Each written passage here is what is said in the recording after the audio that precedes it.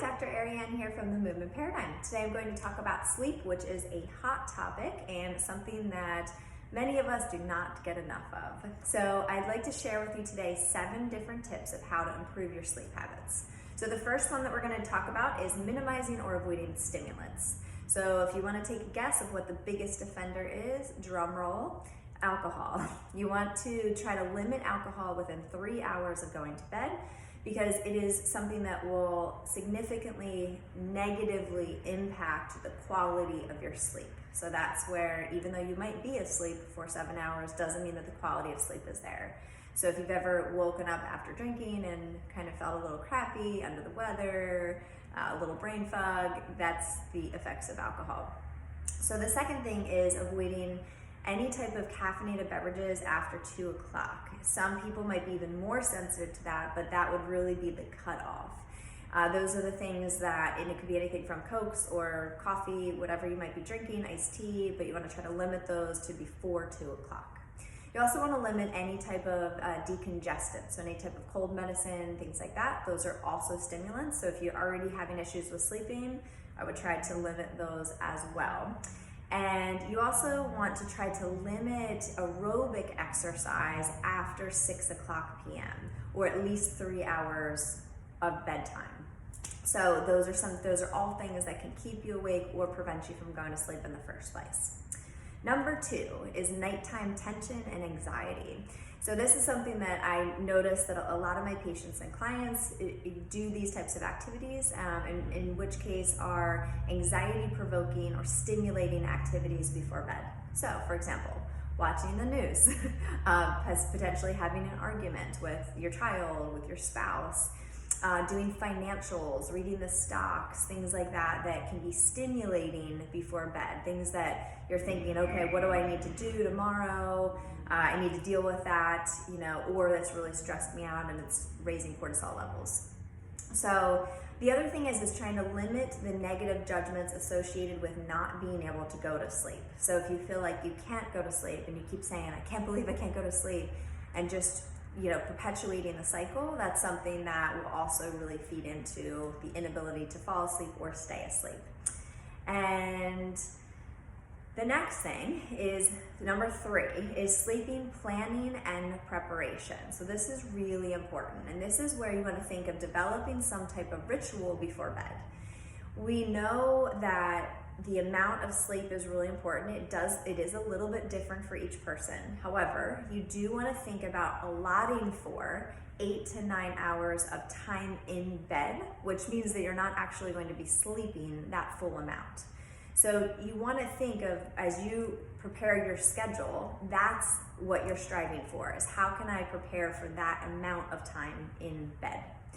You also want to think about 30 minutes before bed, you want to be preparing for sleep. So that could be breathing, meditation, that could be yoga, that could be reading, anything that works for you. It could be using essential oils, it could be taking a bath with Epsom salts. So there's lots of ways, and you just need to figure out what that is for you. But you want to prepare your nervous system for sleep. So it starts to wind down, it starts to know that this is what's about to happen. If every day is a little different, and sometimes you're watching TV and then you fall asleep on the couch, then you run upstairs and just crash, that's not preparing for sleep. That was a lot of stimulation, then you just pass out, and then you run up and kind of try to sleep. And so those are the nights that you might wake up, you might not feel well rested in the morning.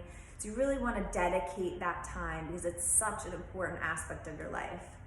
You also want to think about finishing eating within 3 hours of bedtime. So that late night snacking, not good, because your body is trying to digest, which is a huge metabolic process, while you're trying to rest and regenerate and repair. So it's really challenging to do both of those things at the same time. So you want to think about trying to finish all of your meals at least minimum 3 hours before bedtime. And I already mentioned this, but thinking about taking a bath or something like that to just make sure that you're moving towards rest. Epsom salts are really powerful, as well as lavender. They can all be very calming for the system. Okay, number 4 is strategies to use with trouble falling asleep or staying asleep. So this is something that a lot of especially my women, but a lot of people experience, and sometimes that can be hormonal as well. But these are all strategies that you can use, and it doesn't matter who you are, what age you are, or the reason for your ability to not be sleeping. These are all universal. So as it relates to staying asleep, you want to think about if you wake up in the middle of the night and you're up for 20 to 30 minutes, then you want to actually get out of bed. You want to go into another room, maybe a relaxing room. You want to do something relaxing. So that could be breathing or meditating or, again, journaling. You could write down kind of what you're experiencing in that moment. So you can try to relax your system and then return back to bed. Sometimes if you just stay there, it just, again, can perpetuate the cycle, and you just get more anxious about it, and then you can't fall asleep. I'm sure you've all been there. Also, making sure that you don't have any EMFs within 8 feet of you. So you want to keep your phone a little far away from you, for example, when you're sleeping. You also want to limit any light exposure in the room, which we'll talk about that in just a second. And so, speaking of which, my segue to number 5, so is light, noise, temperature, and the environment. You want to keep your room as dark as you possibly can. So if you have dark window shades, you want to block out any lights that are showing, clock lights, fan lights, anything that you could see, your phone, for example. You want to try to limit all of that light exposure. Let's see, I just want to make sure I give you all these. Also keeping your room cool. So electric blankets and things like that can cause you to wake up very hot and wake up frequently during the night. So you want to keep the room really cool and in a comfortable position. Then bedding and pillows.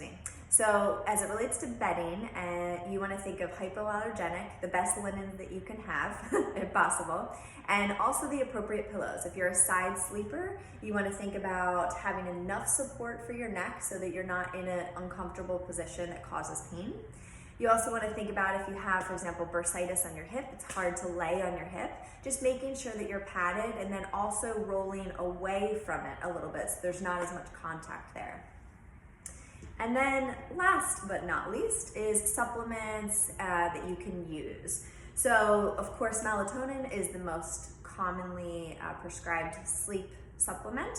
1 to 5 milligrams would be to fall asleep, and or you could use 5 to 20 milligrams of a time-released melatonin to actually stay asleep.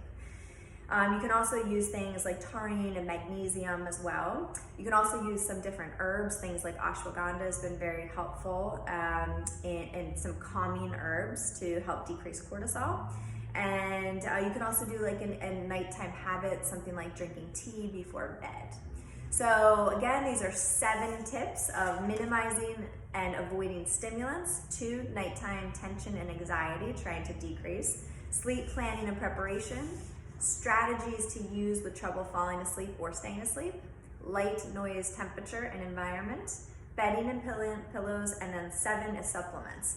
So there are lots of strategies, so I hope this helps. And even if you just take 1 out of these 7 different things, that will be great in working towards improving your sleep habits. All right, until next time.